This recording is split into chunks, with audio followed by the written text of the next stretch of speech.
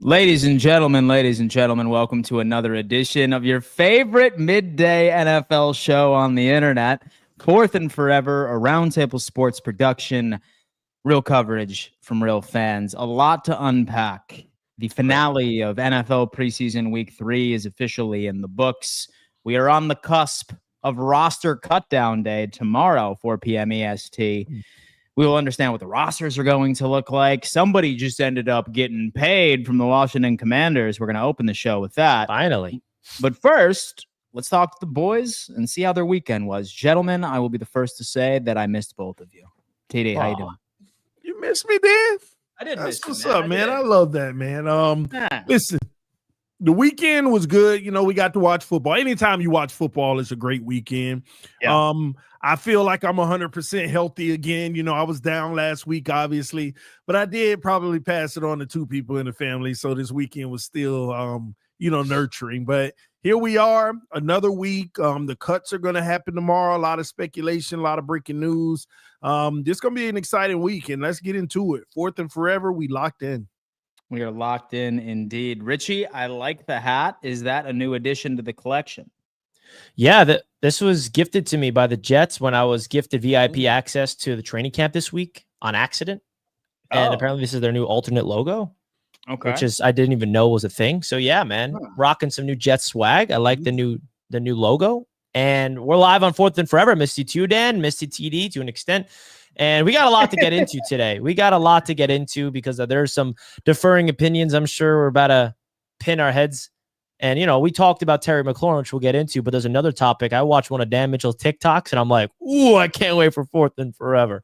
Because Dan's pushing some buttons that's going to ruther some feathers, and more specifically for Mr. Tony Dow himself of Shaduer Sanders. Ooh, yeah. Really? Shaduer Sanders, man. You're a Shaduer Sanders enthusiast. Dan wants him. Dan thinks he's a practice squad quarterback. Come on, man. So I would like to open the show. And not with this topic, because I do want to wait for more people to file in for this, because I do feel like that we need to have a conversation about the young man. You gotta save that one. Mm-hmm. Yeah, we will save that. But I will say I am all but convinced that Shaduer Sanders fans are quite legitimately a cult. I am convinced they're a cult. But anyway, let's start off. Let's start off with the big news of the day. And that just so happens to be Terry McLaurin ends up inking a deal, $96 million, 3-year extension. I believe it puts him in line with an A.J. Brown type contract.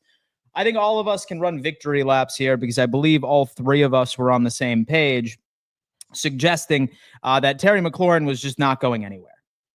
We knew that it was only a matter of time, and there was no way that we were going to see the Washington Commanders that were sitting on a mountain of cash that they would not be able to make it work. But rest be assured, Terry McLaurin is back home. Let's see if he's a little rusty going into week 1. But I'm sure that Jaden Daniels and company are thrilled about this. Richie, thoughts? Terry McLaurin, what do you got? Yeah, this is something that was a no-brainer. I mean, I was shocked that this was even an issue. I felt like the fact that I got to this point was a disappointment. But at the end of the day, the deal's done. And now they play ball. And now Washington's loaded up. Because I feel like if the Commanders did not get this deal done and they traded him away, are the Commanders as loaded around Daniels as we thought? Because he was the big reason why they were so good last year, Terry McLaurin. He was that go-to number 1 receiver. They add Deebo Samuel. And now you have legit 2 weapons to lean on. Deebo's, of course, not just your receiver that can get open with his routes, but someone you can utilize in the run attack, can get really creative with. He can do all sorts of things. You got a reliable veteran at tight end and Zach Ertz. You got some running back depth. I mean, this is a big payday for Mr. Terry McLaurin. And if you're a Commanders fan, definitely be pumped up about this one. Sorry about that. I was teasing one of the next topics when it came into the Washington Commanders, this running back that everyone's been obsessed with recently. TD, thoughts? Terry McLaurin, all right, finally ends up getting the contract that, in my opinion, he deserved. You all knew that this would happen, rightfully so. They need to pick up where they left off. They can't. This isn't a team that can afford to go backwards. Big ups to the Washington Commanders. They did the right thing here. Terry gets paid. He's earned it. The Commanders continue to move forward with the better team than they had last year. And if you're going to NFC Championship games and you make the roster better and you get to keep that unit together and add on top of it, it's a winner, man. People are forgetting. They added Debo. They added Laramie Tunsil and so many others. The Washington Commanders, they're about business. We all knew this would get done. Obviously, the negotiations, all that stuff takes a while, fighting over the language, this, that, and this. But the deal did get done because both sides knew the importance of making this happen for the future of the Commanders. Good job. Hey, they're contenders. They are legitimate contenders. And the only thing that can stop them is a possible sophomore slump from Jaden, but he's just the type of quarterback I don't see happening. Now, preseason, he's had a few, well, hey, what's that now? So we'll see. So surprisingly enough, I have been seeing some people, and obviously this is hot take season, especially since week 1 is just 2 weeks away. And I've noticed about 3 pretty notable names right in the internet sphere suggest that Washington is set to take a significant step back from last year. The reason behind it is because Washington is one of the oldest rosters in the NFL, of course, barring a Jaden Daniels. But many are concerned, and many are very high on the Dallas Cowboys this year. And obviously, Philadelphia is going to pick up exactly where they left off. Like Howie Roseman's out here making 3 trades in a day. Would you be shocked if Washington completely disappoints, and it's not a sophomore slump from Jaden, but it's a team slump, and they miss the playoffs entirely? TD, what do you got? Yeah, I would be shocked. I would be highly shocked. It's just not happening. In my mind right now, it is not even possible. It's not going to happen. They got older, but they got all pro older. You added Laramie Tunsil, who's an older guy now, but still one of the best tackles in the league. Debo Samuels. That's how I look at it when we talk about, they've gotten older and things like that. The Commanders, they're ready for this, man. They're building that team the right way. They keep going through the draft. As long as those guys hit, they'll be fine. No, I just don't see it. I can't see it. And if they did fall off like that, that is terrible. It's the worst. That would be the worst, but I just can't see it.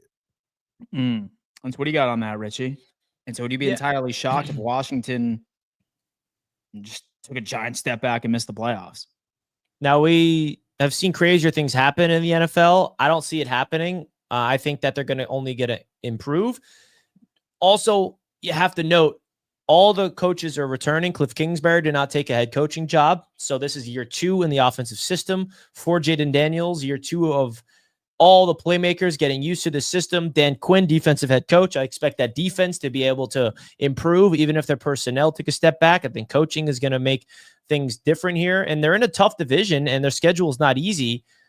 I think I would be shocked if they don't make the playoffs, for sure. But I can see them, and let's not forget, a sign of regression is making the playoffs and getting bounced in the wild card because they went to the NFC title game. So that's the scary part. When you have such a good season, expectations are so high and the bar is so high to meet, where if you don't even get back to the NFC title game, even if you lose in the divisional round, it's a sign of regression.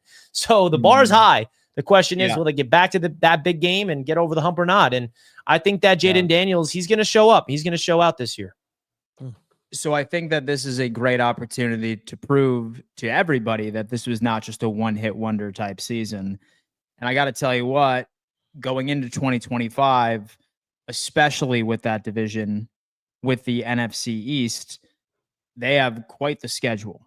And they have quite the schedule this year as well. So let's see what happens. I still remain confident in Washington as well, but something to keep an eye out on, especially due to how old their roster truly is.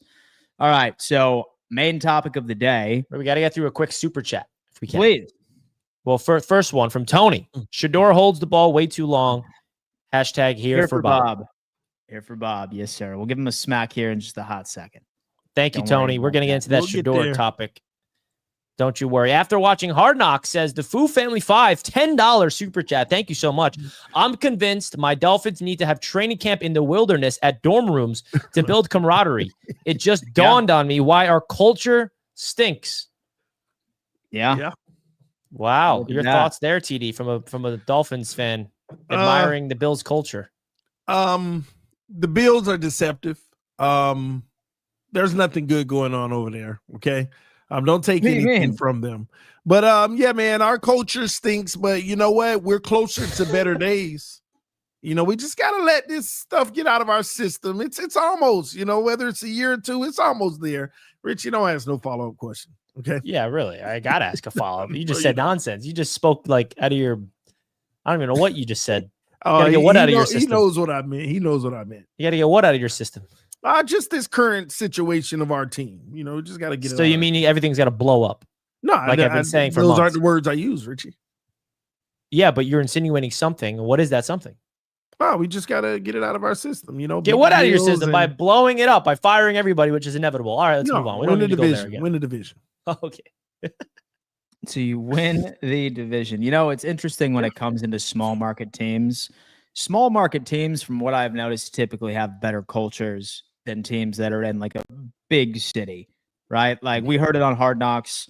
We heard like Bosa, for example, saying, yeah, like back when I was in LA, like I hardly ever saw my teammates, not unless we were at work. Like here in Buffalo, we actually hang out. I love my town of Buffalo. I do. I was born there and I wear it like a badge of honor, but there's not many distractions in Buffalo. So all you can do is just hang out with your teammates, and that's a good thing. And that translates. But like when you're in like cities like LA or Miami, for example, 9 times out of 10, like you're probably living an average of 45 minutes to an hour away from your next closest teammate. It's just a big metro area. It's hard to have the type of culture that like more small market teams do, like Buffalo, Green Bay, etc. But hey, I mean, maybe the Miami Dolphins need to look into having one of those remote training camps, and maybe that will end up fixing all of their cultural issues. Who knows? Miami loves the shiny toys. You know, that's what they like. That's we'll break those trends this year. Come on. And the shiny toys. Worst case scenario, man, maybe going ahead and have training camp in Gainesville, Florida, or something. You know, like utilize the University of Florida stuff, like have them stay in dorm rooms and stuff along those lines, and then maybe that fixes your culture almost immediately. Who knows? Or practice, or just fire your incompetent head coach, or practice in Buffalo. Or fire Mike McDaniel. That could potentially be it. I want to say that he has like the highest odds of being fired out of any coach in the NFL right now, according over to Kevin Stefanski. Yeah, over many. Speaking of Kevin Stefanski. Speaking of Kevin Stefanski, he should be fired immediately for not giving Shaduer Sanders the appropriate chance at taking that first overall QB1 spot on this roster. I'm just kidding. That's what a lot of Colorado fans are suggesting. That's what a lot of Shaduer Sanders fans are suggesting, that Kevin Stefanski did not end up giving Shaduer Sanders his fair opportunity of starting. And guys, let me tell you this. I do want to put this out into context because I do think it's fair. Shaduer and Dillon Gabriel are both not ready to start. It's how it is. It has nothing to do with the name. It has nothing to do with we hate the Sanders brothers. We want to make a statement. It has nothing to do with that. Based off of the preseason performance we saw last weekend, we saw the exact same red flags that we saw during his stellar performance, his first preseason outing, and the exact same thing we saw all throughout college. We saw a guy that needs desperate development in pocket presence, in being able to understand when to throw the football away.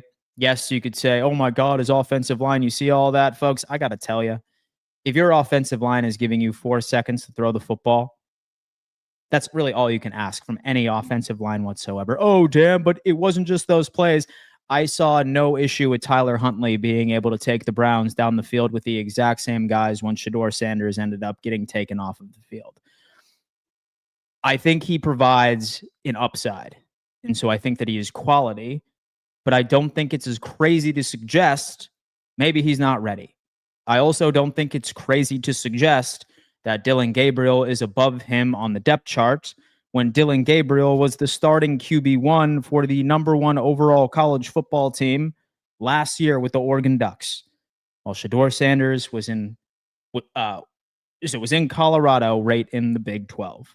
It's not crazy to suggest that. I do think that he ends up making this roster, but do not be shocked by the time that the actual official depth chart comes out that he is the third string quarterback, maybe even the fourth, and depending on what they do with Kenny Pickett. However, not impressed with Shaduer.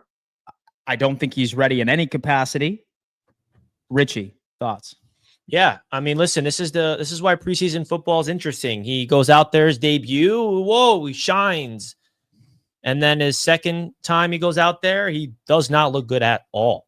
I mean, and I don't want to hear no excuses. You watch those plays and you break it down frame by frame, that is a lack of pocket presence, not an issue with the offensive line in my eyes. Obviously, the offensive line, all those guys are getting cut, right? Like, those are backups. I'm not saying the offensive line did their job, but there's a lack of pocket presence and the ability to step up within the pocket where if you run backwards, that was Zach Wilson's issue, bro. Just sprinting back. You drop back all the way, and then if you keep going back, the edge rushers are going to get you. But if you step up within the pocket and make your throws and shuffle in and out, that's how you're able to do it. Someone that mastered it, the greatest of all time, Tom Brady, someone that he trained with. He should be able to know that when you feel the pressure come from the edge rushers, step up within the pocket. And there's space up there. But if he keeps going backwards and then the edge rushers get there within 2 or 3 seconds, then it creates this perception that it's the offensive line's fault. That's why you really have to dive deep into what is happening with these sacks before you look at it and blame the offensive line. You got to be able to do that, in my opinion. Now, he's a guy that's obviously one of those quarterbacks that wants to go out there and be splashy, wants to run around, wants to make the plays, and that's just going to hurt you, man. And I'm sorry, I keep bringing up Zach Wilson, but that's what was flashing before my eyes when I was watching the game. That's what Zach's problem. Want to make the big play. He wants to run around everywhere, and then he takes like a 35-yard sack, and you're like, what's going on here? So, that's something that he's going to be able to learn from. That one game is not going to turn him into a bust, just like that first game he had is not going to turn him into a franchise quarterback. But at the end of the day, like, you got to be able to look at that. So right here, like, my biggest concern with him, step up in the pocket, dude. 100%. What pocket? In the pocket? What Dude. pocket? What do you mean what pocket? Look at the wall. Hold on. Look at the wall. Right here, dude. Hold on. This is good protection. This is not good good protection from everybody He's else. going to defend this guy no matter what. I knew it. No. Call it out as it is, CD. He's got to improve. Hold on. Can I even say anything? 3 of Y'all ready 4 to offensive defend your linemen. defense? Y'all are ready to defend your defense. Back up the frame, because this is a perfect look right here, right? Shaduer Sanders hikes the ball on the hash mark. Where does the defensive end start? Literally like 5 feet from the hash mark. And all of a sudden, after a second and a half, the defender is pretty much on the hash mark. Right there is where Shaduer is using his peripheral. Oh, I got a guy on me. But the guy's already leaning inside. Y'all want him to slide up. He's still going to run into the guy. He's trying to backpedal a little bit to see if he can get around. It didn't work in his favor on this play. It did not work in his favor. But y'all are saying to slide up. He was going to run into the guy no matter what. Look at where the defensive end starts. It's funny how y'all highlighting this play, the main one that's not his fault. If a quarterback starts at the hash, his pocket should be 2 feet on both sides of the hash. Where's the defender? All on the hash. All on the hash. Get rid of the ball. Get rid of the ball. Get rid of the ball. Yes, now that's something he should do. But why are you going to try to flip it up while you're getting sacked? Like, come on, let's be honest. Anyway, let me give my breakdown of all of this. So, yeah, but TD, I think he still could have shuffled his feet to the right, stepped up in that pocket, and make a throw. No, let's go back. Did it make sense what I just said, though? Yeah, I do. Okay, but I still feel like Tom Brady, for example, the guy he's idolizing, he would have shuffled his feet to the right, stepped up, Richie, and then do made a throw you over need the me to go show a Tom Brady sack like that? Everybody's had it. Now, Shaduer's going to have it more than others, but I'm going to explain this to y'all of why. I don't think there was one singular Tom Brady sack like that in his career. Stop it, Richie. The running Dolphins used to 20 yards Tom Brady backwards, 15 yards. The Dolphins used to get Tom Brady like that. Running backwards. Not running backwards. First of all, Richie, he wasn't running backwards. He was trying to get the guy off of him. The guy got him. You're supposed to fight to get loose. If that's taking you back, it is what it is. Anyway, let me break down this whole Dylan Gabriel, Shaduer Sanders thing. First of all, you're right, Dan, but you're also wrong. This is where you're right. People thinking that Shaduer Sanders should have gotten a fair chance to start and all this and that. You're wrong. You got an organization that drafted a quarterback before him. you're screwed if you do, you're screwed if you don't. They're actually doing the right thing by not giving him a chance to start. And let me explain this. I know people are not going to agree with that. But if you don't start Shaduer, they're going to criticize you like they're doing now. If you do start Shaduer, you folded to all of the fans because Dylan didn't do anything to an extent to where he doesn't deserve to be a starter either. If you really want to break it down, Dylan Gabriel has just as much of a right to be fighting for a starting job as anybody. So I disagree that they sabotaged Shaduer from starting. Let's get that straight first off, okay? Second off, but this is where they did sabotage this kid. And it's unfair to him and it's unfair to Dylan Gabriel. Why would you, on a last preseason game, knowing there is one quarterback in this league that's a journeyman, that's a bridge, that everybody know what you're going to get from him, and that is Joe Flacco. Why would you allow Joe Flacco to come out and take that much of the game away when you didn't need to do that? You should have given Dylan Gabriel those first team reps. Let Dylan Gabriel, instead of the second team, let Dylan Gabriel get those first team reps. You should have allowed Shaduer Sanders to get the second team reps because that's the order of your depth chart right now. We didn't need to see Flacco, but instead, you actually regressed him. Dylan Gabriel hasn't been in that situation all camp where he played with nothing but players that won't even be on the team tomorrow. You literally put Shaduer Sanders out on the field with every player that will not make the roster. Now, does that excuse some of the play that he had in that game? No, but if you know Shaduer Sanders, when the odds are stacked against me, for him, in his mentality, it's the same mentality of Mahomes and guys like that. I am going to try my best to make something out of nothing. And it can kill you. It can get you in trouble like it did in this game. But at the same token, you can't, in all of this, well, if you have 4 or 5 seconds, that man ain't have 4 or 5 seconds, not a single snap in that game. Not a single one. Now, could he have handled the pocket better? Absolutely. But we're going to sit there and talk about 2 drives where he didn't handle the pocket well. And also, if you are going to put him out there, knowing that none of those guys are going to make the team, then why aren't you running the same offense? Dylan Gabriel had 4 wide on almost every single play. Shaduer Sanders had 2 wide or 3 wide at max, running inside when Dylan Gabriel got to work outside the full game. Look at the play calls. Dylan Gabriel got to get a plethora of receivers where they were going intermediate, shallow, and deep, and he would sit there, and was Dylan Gabriel not digging and dunking? 7 yards right there, sitting down in the zone. Shaduer Sanders had run pro offense, and the only time he got to throw most of the time was play action, and you got 2 to 3 guys out on a route over the middle of the field where most of the defense is. I love what Dylan Gabriel did, though, working the outside on the outside outs, the comebacks, and all of that. You didn't even give you didn't even give Shaduer that opportunity. So at the end of the day, you messed up Stefanski by even putting Flacco in. At a minimum, Dylan should have started that game with the ones because you want to audition him to start. You're supposed to be auditioning Dylan Gabriel to start because you have him number 1 on your depth chart. And Shaduer should have been with the number 2s because he was supposed to be your quote-unquote backup for the future since you drafted Dylan early. But instead, you gave Shaduer the worst-case scenario ever. Tell me when Dylan played with any of those guys in all of camp. So if Dylan was out there, and don't give me a Tyler Huntley either, Rich. He had 1 drive. I don't know what you're talking about. I didn't say that. You said, well, Tyler Huntley didn't have a problem going out there. And I didn't say that. I said that. Well, Dan, I don't know why you said that. But I said that. What if Dylan Gabriel was out there with them? What if Dylan Gabriel was, oh, man, I'm on 3-man routes and I don't got 5 guys spread out. So my point is that, like, people think that there is some renowned conspiracy theory around this quarterback.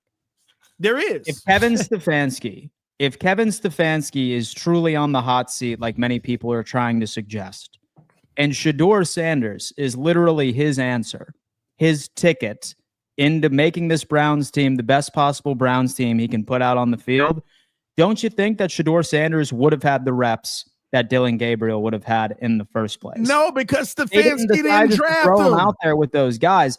They put it out there because Dylan is obviously doing a lot more in camp that makes Kevin Stefanski feel a bit more confident. Like we're talking about a two-time. That's cap.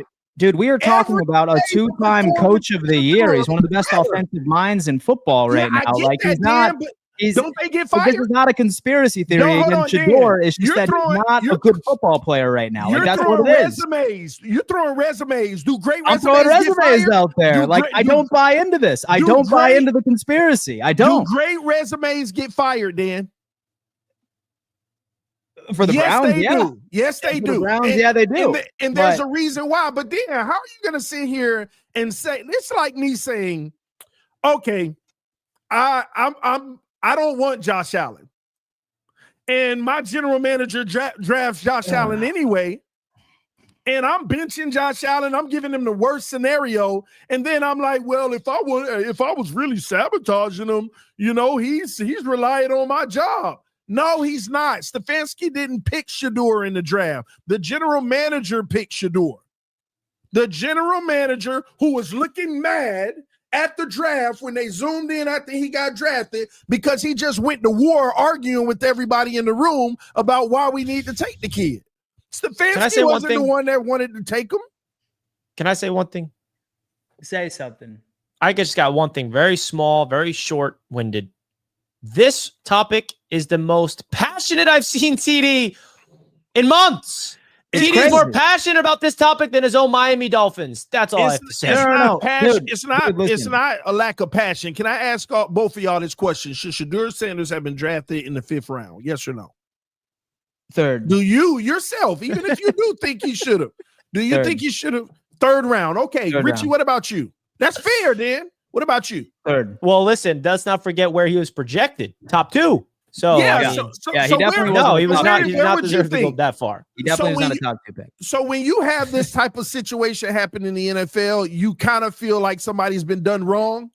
You're gonna, like, for me, I feel an investment where it's like, hey, that is the craziest thing ever. Then you hear all the theories. You hear the what's his name that came out and said that they got a phone call saying not to draft him. I don't know. Yeah, that just broke. Y'all need to go look at that too. The ex-football player, the Gray, he came out and was like, listen, I was told from a source in the building that they were called and told not to draft him early on. They were told not to. Man, what's his name? Somebody's probably Eric Dickerson. Eric Dickerson came out and literally said it. And again, there's no, oh, well, here's my source. So take that with a grain of salt. But when you see, wait, but who called who? Sanders' camp called to not draft him? No, or was it the NFL. Eric Dickerson literally said somebody in the NFL called, and he probably did it with all teams, but they told the Browns not to draft him early on. This is what Eric Dickerson is saying. Regardless if that's true or not, because he's never going to say, hey, here's my source. Regardless if that's true or not, even y'all know something's wrong that they drafted this kid in the 5th round. Whether the hype is 1st round or not, it might have been 3rd then, but it was wrong for them to draft him in the 5th round. So when you have somebody being done unfair, you got to ask yourself why. Why was he being done unfair? So whenever you looking at him try out in camp, you want him to get a fair opportunity. So when you see things like you putting them out there with a whole bunch of guys that won't play, it's like your whole offensive line going down, Dan, your receivers getting hurt, whatever it may be, and y'all win 8 games. Are we going to be oblivious to say, man, our whole line went down? It was tough. Josh Allen still tried to do his thing, but it was tough. That's what you're essentially playing with when you put this man out there with that whole unit. But last thing I'll say is, I already knew this was going to happen, and I knew that people would pile on to this situation with Shaduer going out there playing with the last unit. But the saddest part about it is Shaduer and Dylan Gabriel has played, you can roughly say, somewhat of the same amount of time in preseason. But in training camp practices, you can ask everybody out of that building, Shaduer has performed better than Dylan Gabriel in camp. In practice, he has performed with the worser unit better. Now, within those 2 games, when you put them together, Obviously, now you would give Dillon Gabriel the edge in 2 games versus 2 games, even though we won't take context on the units and stuff. So whenever you say things like, oh, that was just proof right there and stuff, that's just crazy to me, because we're talking about 3 drives or something like that. 3 drives, and we're saying this kid isn't ready. I got veterans out here bombing it right now. Not to get on my own guy, but Tua can lead an organization and this and that, but he out here looking like terrible Minshew himself. So I'm sorry, getting sacked every play, same thing. But we're gonna pile on Shaduer. I'm sorry, I just can't. I don't think that was the case. So the reason that we are piling on Shaduer here is not due to the fact of, oh, it was because of that offensive line. The exact same thing was seen when he was in Colorado. He was known for taking terrible sacks. But it was necessary in Colorado. Dan, if you understand what happened in Colorado, dude. Y'all Come on, man. Hold on, let me. Dan, I'm telling you, he's one of them. You know what I mean? Let me reply to that. Y'all don't get it. You said the Colts? If the man didn't take chances in Colorado, they would have lost every game. Just as many that he got sacked for 15 yards, he made a 50, 60-yard touchdown doing that. Without that, with the worst offensive line in college football, and if you don't know that, go look it up, they had the worst offensive line in college football the first year, and not as bad the second year. But if the man didn't do what he did in college, Deion actually instructed him, go ball. You take your chances. Try to extend the plays if you have to, because it's what was necessary. And that's what helped that team survive. If he got a negative 15, guess what, Dan? He picked up a 40 the next play a lot of times in Colorado. But if he would have just been throwing the ball away in Colorado because of the cover, because of the protection was bad, he would have had a 50% completion percentage, and they wouldn't have won a single game. So if your coach is telling you to do that, what are you going to do?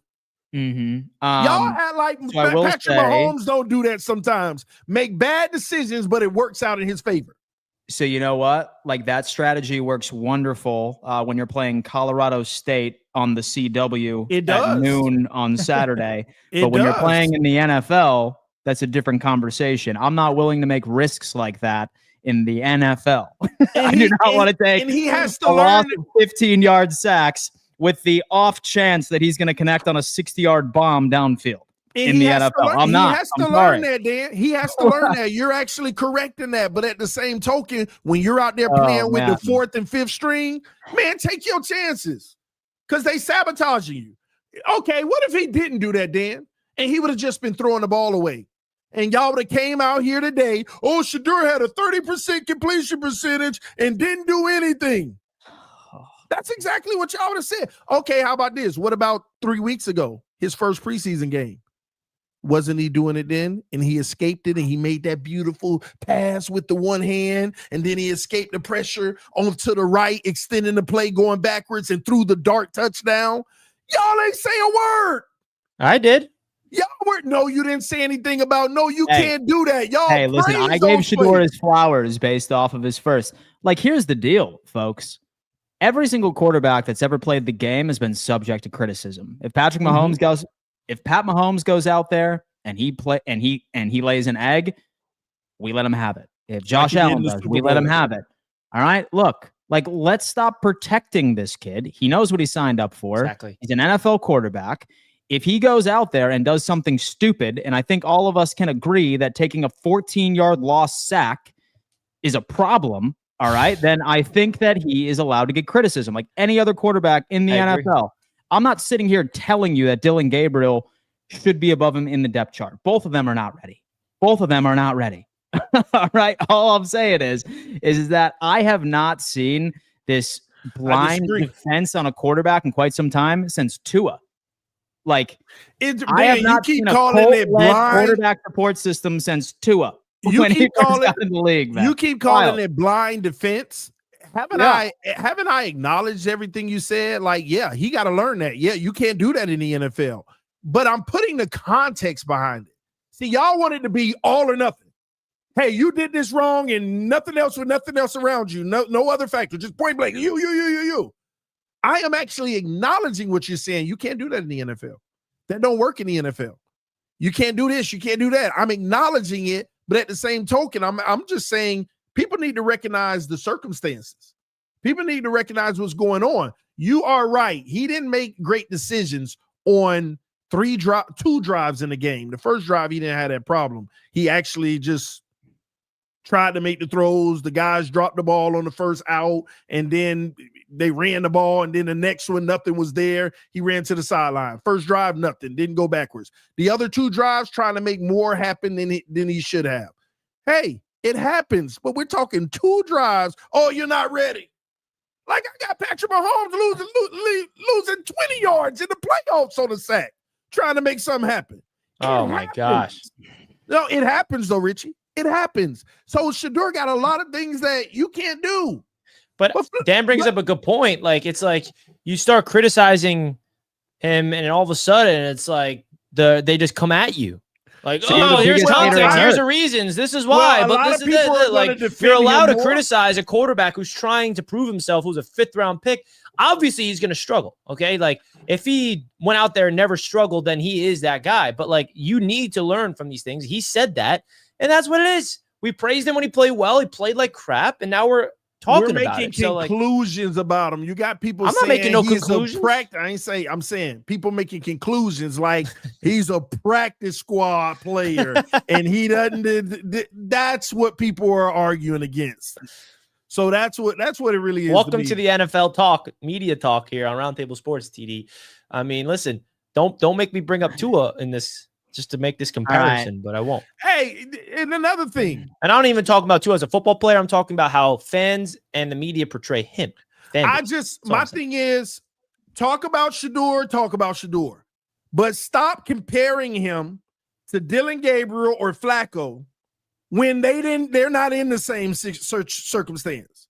This is why this isn't just a Shaduer thing. They did Dylan wrong too. Lucky for him, he had a unit, had some wide open guys, and he got them the ball. I'm telling you, but man, they did Dylan Gabriel wrong too. They should have given Dylan Gabriel the start in that game and let him get some reps with the ones. They should have given Shaduer reps with the twos. That's all I'm saying.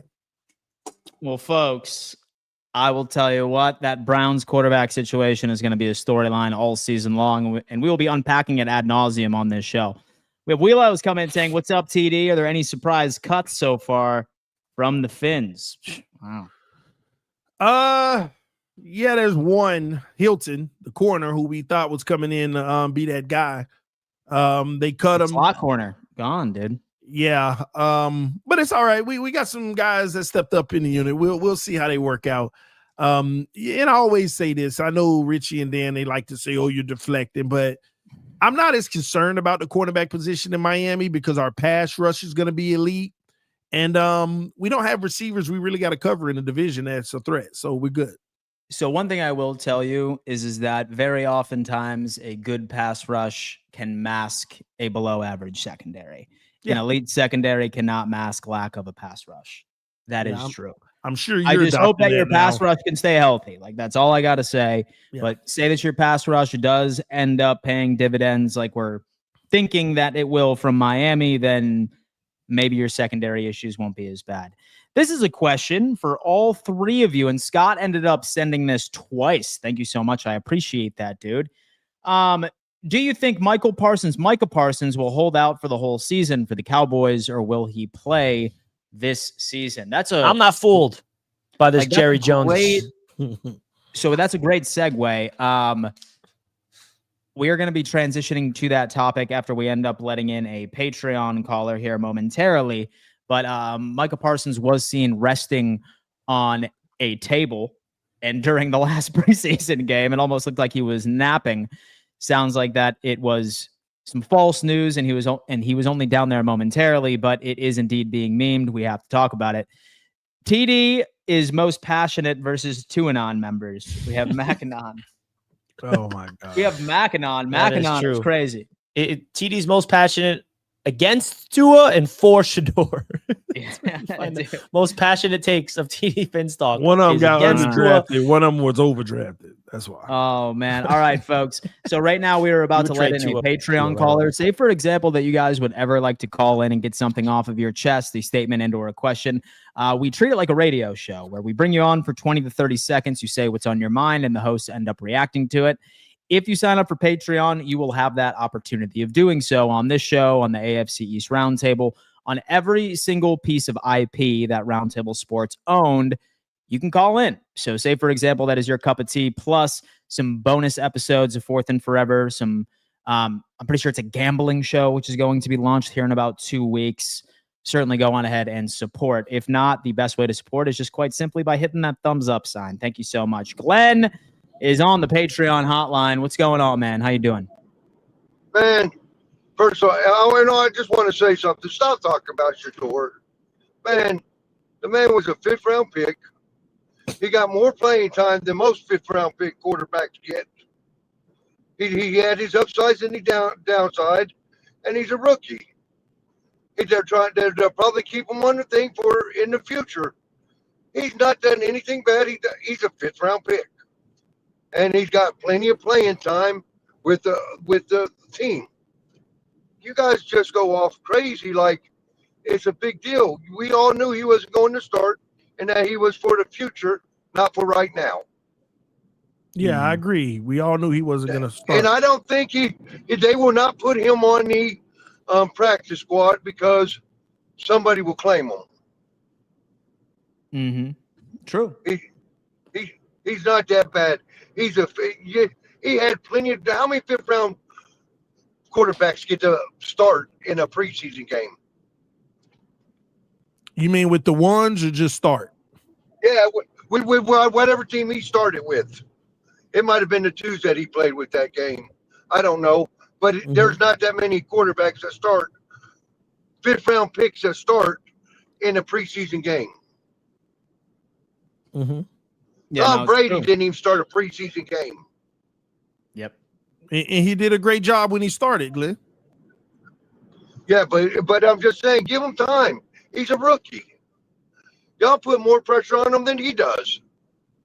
It's true. I like that. But okay, I'll talk to y'all later. Thanks, Glenn. We appreciate you, man. We appreciate you for tuning in. Being a Patreon member, Dwayne is in the building. Dwayne, what's up? What's going on? Hey, man, What's living up, the what's dream. up? How are you? Rich, not bad. Richie, I listened to your pod earlier.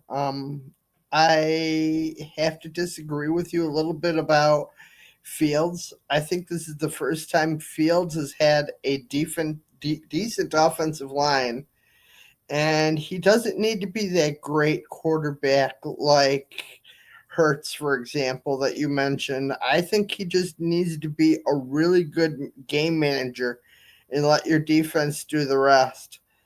Also, Dan, I think we have a certain pick to show. Other than that, I'm out of here. With love, TD. Peace. A pick. Dwayne, we appreciate that. Boy, Dwayne the hate sent is me- real. So Dwayne ended up sending me something I have in the artillery, and I'm going to be using it sparingly when I need to. And so it needs to hit the right way, and I will use it when a particular instance happens. I think we know exactly what that is. I don't even know what it is, but I'm excited to when the save it. Dolphins beat the Bills in week 3. No. All right, look, dude, you know what? Like that opportunity ended up happening a lot. Yeah, And you know. what he was saying real quick about my take on Justin Fields this morning, just to clarify, Justin Fields, and you guys can agree with this, he can be the game manager all you want, but in order to be that guy in the NFL, you got to come through in the big moments. And I don't know if Justin Fields has proven in this league that he can make that elite throw late in the fourth quarter to go make that third and long, right? That's where my concerns are with Fields. You can be a game manager and all that, win games. That's with an elite offensive line and elite defense. But I want to see him go out there and make that throw like Lamar has, make that throw like Allen has or Mahomes. Does he have that in him? I don't think so. But hey, let's go prove it, man. Go make plays. Go make winning plays. I know some people, Dan always says winning is not a quarterback stat, but I want to see Justin Fields show that he's a winner, bro. He's been a winner his entire life besides the NFL. That's all I'm saying. Besides the NFL, can he get done? And I also do need to let you know what is always good. This is the face that Buffalo typically gives to TD each and every single year. It's going to happen again soon, TD. It's going to happen again soon. Look at that. Oh, look at that. Look at that, man. We should put that on a Not shirt. happening by Buffalo. We should put that on a shirt. Ladies and gents. You know what? It's great because say, for example, that I ever am looking for a topic to revert to. Roundtable Sports always ends up coming in the clutch. Shout out to all of the interns that have made this happen. But it sounds like, folks, that the Cincinnati Bengals are once again opening up conversations with all-pro defensive end Trey Hendrickson on a new deal in 2025. Did y'all see that podcast clip that was going viral last week where former backup quarterback AJ McLaurin, right? He was sitting down with somebody and he was talking and really shedding light on exactly what it was like working with the Cincinnati Bengals organization. Did y'all hear that they have like garage sales for equipment?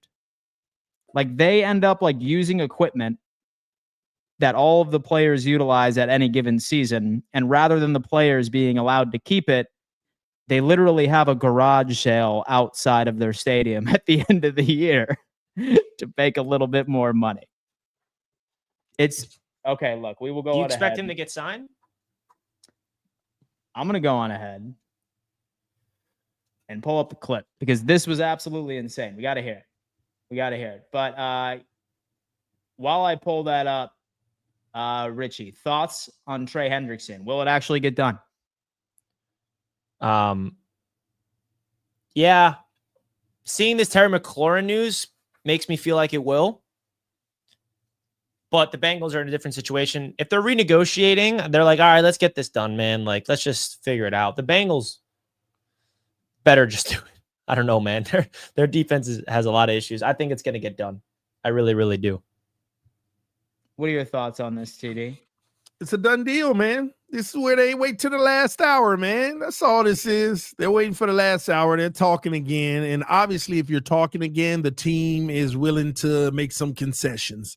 So here we are.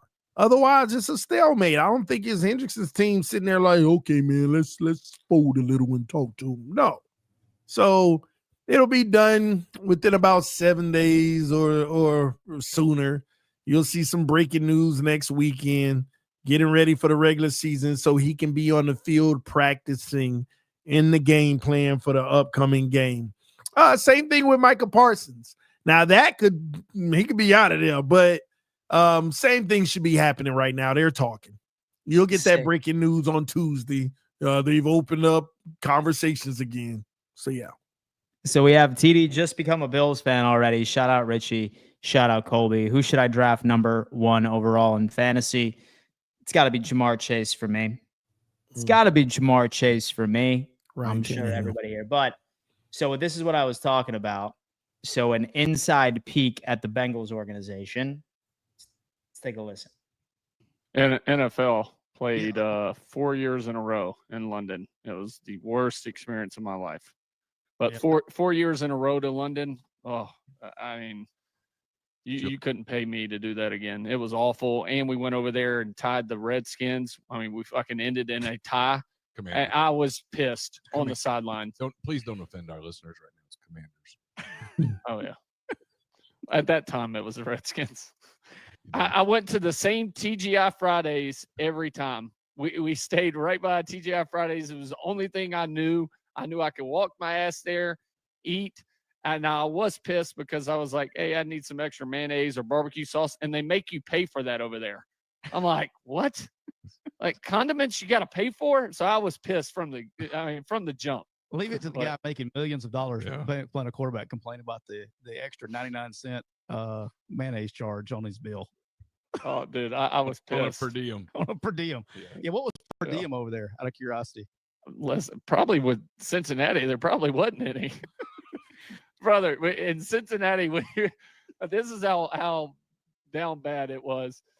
They saved the gear that you got from the league that they ordered, so they wouldn't pass out a lot of the gear my first 2 years there.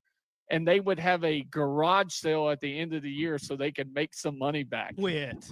Yes. Quit. They had a sale with all of the leftover gear that the players were supposed to get, and they would sell it out in front of the stadium at the end of the year. It was fucking awesome. The Cincinnati Bengals, man. Maybe they had a garage sale so that they could afford a Trey Hendrickson contract. All right. Wow. Maybe that is it. It's crazy how you realize it's the NFL that has 32 franchises, and all these franchises are operated in their own ways. And it's unique. It's obvious, but like when you really dig deep into the business side of things and owners and GMs, all those things matter. And you see like the nuances of some of these organizations, like the Bengals. Like the Bengals are definitely known as the cheap, ones. They spent every penny. They spent every penny to buy the team, those owners, from what I understand, that they didn't have any money after. They just wanted the team. But that's crazy. But hey, it happens. But that was in the past. They used to do that, right? I'm not sure if that's something they do now. And so Miss Finn's in the chat is saying that the Dolphins do that for charity. It sounds like per reports and that the owners were just trying to save a little money and help their bottom line. I'm not sure if there was any charitable donations from that. Every year on Members Day, the Dolphins, like people have trash bags. You could pay like $40 and get whatever you want to do to fill the trash bag. So you can get jerseys, you can get socks, hats, shirts, what they wear, the dry fit stuff they wear under their uniform, everything for sale. Like you get a trash bag for like $40 or something like that. Whatever you can fill in it, you could take with you. They're getting rid of the previous year's stuff or something like that. But they do it every year. Maybe that's what he meant. Maybe that's what he meant. Maybe. We shall see. All right, let's talk a little bit about Micah Parsons, man. What is going on with Micah Parsons right now? I think that there was, right here. Look at this. Here's our boy during the last preseason game.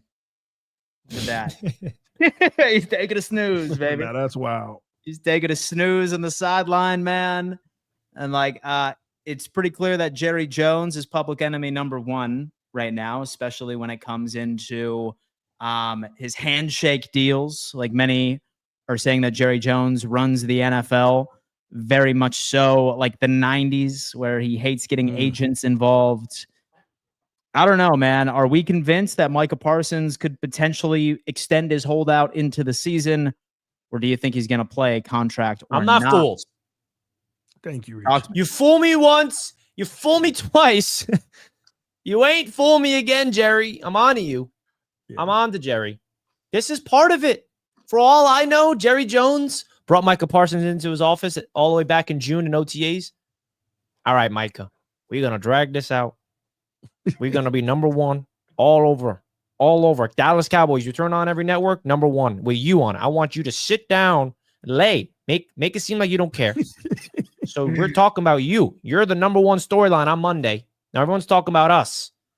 But don't you worry, I'll pay you right at the deadline, right before week 1. Yeah, he already paid, matter of fact. He's already paid. It's already signed somewhere. It's like hidden. And they got, I'm telling you, bro, the Dallas Cowboys, they are the empire of Star Wars. I will keep that going. He's the Emperor Palpatine, and all the front office are the generals. If you know Star Wars, you know what I'm talking about. That's how that team is operating. So all jokes aside, it's all semantics. Like the Cowboys have done this with Dak. They did it with CD. They're going to do it with Micah. He's going to get a generational contract right when you least expect it. This is all just to keep the Dallas Cowboys, keep us talking about them, because that's how Jerry Jones keeps the value of his franchise through the roof, is what he's doing now, keeping them the number one storyline. Because think of it. Would we be talking about the Cowboys if Micah got his deal in June like we are right now? Like, what would we be saying about Dallas? They got a new head coach and the whole roster is the same. That's it. We'll be like, all right, we'll see what they can do. That's it. No one will be talking about the Dallas Cowboys right now at all. But you see what they're doing now, bro. He's operating this and and the reason why I compare him to Emperor Palpatine in Star Wars, always a step ahead, always spreading lies, misinformation to get the better edge over everybody else in the galaxy, man. I'm telling you. That's Jerry Jones. And I respect it. I do respect Jerry it. Jones, man. Listen, he is the king of staying in the media and staying relevant, at least with the Dallas Cowboys news. TD, thoughts? Is this just a giant show, or is there truly trouble in paradise? No, I'm with Richie on this. This is just a show. Jerry already got things worked out. Hey, man, I don't want you getting hurt this preseason. Go ahead, lay it down. We're going to announce your contract about 4 or 5 days before the season opener. And we were going to be the talk of the town until then. So we love you. Just go out there and act up, act like you want some money. It's that simple. Just do us a favor and take a nap out at one of the That's it. Chill. Be egregious with it. Oh. Exactly. Right on the physical therapy tables, go on ahead and just take a little snooze. You know what I mean? They'll Right get it until you done. end up getting your funds. Folks, thank you so much for tuning in to another edition of your favorite midday NFL show on the internet, fourth and forever. Guys, well over 400 people watching with us live. That was absolutely insane. And surprisingly enough, we get even more people that like to tune into the replay of this show. If you are one of those people, we highly recommend that you turn on bell notifications because we are live Monday through Friday at 1 p.m. EST. Whether or not you're at work, right? And maybe you're just trying to make the day go by a little faster. Feel free to have us on in the background.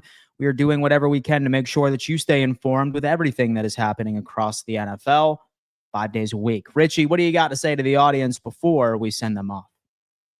Love you guys. Let's get into some of these super chats before we go. DF Forever, it was with much respect, TD. Keep being you. All right. Nobody cares. Says if Shaduer was a white guy, TD wouldn't care. Dylan Gabriel got robbed. Okay. Didn't I say that too? They all stop the craziness, man. This has nothing to do with race. I don't even know how that entered the conversation. That's crazy work there, man. Yeah, it is crazy. Yeah, for real. Very crazy. Absolutely. RotoWire? We did that? RotoWire, which, by the way, I did have my fantasy football draft this past weekend. And? Not going to lie, I killed it, man. I killed it, brother. We'll see there. I did, baby. I did. No. Let me go on ahead and show you this absolute squad. Did you leverage RotoWire, Dan? I did leverage RotoWire, and you know what? I was this close. During my pick, I had Saquon Barkley staring at me in the face, but I decided not to draft him, and I went with CeeDee Lamb instead. Why, you must ask? It's because, look, I'm happy that Saquon had a season last year, but we all forget that for the majority of his NFL career, he's missed a couple of games, almost each and every single season, with one exception. I'm not willing to run that risk that he's going to go 2 years in a row with being fully healthy and mimic that exact same season. You see it all across the league. So I took the safe bet, and I took CeeDee Lamb with my first overall. Second, of course, I was able to walk away with, of course, QB1 in the NFL, some Josh Allen action. Of course, I take Josh Allen in the second. Who doesn't? I took, and so I'll go ahead and I'll reveal it later. Anyway, what I do want to say is that I can thank RotoWire for being able to put all of this together. I had the 5th overall pick in a 12-man league. Who'd you get at 5? I had 5. I got CeeDee Lamb. Wow. 5, I got CeeDee Lamb. I followed it on the snake draft style. I got Josh Allen. You got Josh Allen the second? Second round fell to me, surprisingly enough. Yeah. That should help. He's going that early? Yeah. That should help you in your mock drafts. So for the past couple of years, he's been going pretty crazy. Say that he wasn't available, or say that he were to get picked beforehand, I probably would have waited for a quarterback until the 6th or the 7th round, but that I'm going to go ahead and make it happen. So I ended up getting CeeDee Lamb with the first one. I got Kyron Williams from LA, who I really like in the 3rd because of just his clear snap share. He's out there 85% of all the snaps. He's a unit. I picked up Breece Hall too, Richie. What round? 5th round. PPR? 5th round PPR. So are you in a PPR league? What's that? It's a full PPR league you're in? It's a full PPR league. Yeah, that's where the value is with Breece, is in the receiving game. So yeah. So it's a full PPR league. So I nabbed him. I got DK Metcalf. I think he's the only option for Aaron Rodgers. I thought that was a good pick. I got Jamo Williams in the 7th. Jameson Williams in the 7th round. I got him. And I rolled the dice on Tyler Warren from the Indianapolis Colts, that young rookie tight end. And I got Evan Engram who was recently just signed with the Denver Broncos, and the Denver Broncos love their tight end. So I have a feeling that I'm going to be absolutely smoking my friends this year in fantasy football. And I can thank it all to RotoWire folks. RotoWire helped me build an in-depth strategy of exactly how I was supposed to draft. It gives you the up-to-date and most detailed data points for each and every single player during your draft. And what I love about it as well is it also ends up consistently giving you waiver wire grades all season long. So say, for example, one of your guys goes down, you can go to RotoWire and it tells you the best possible option.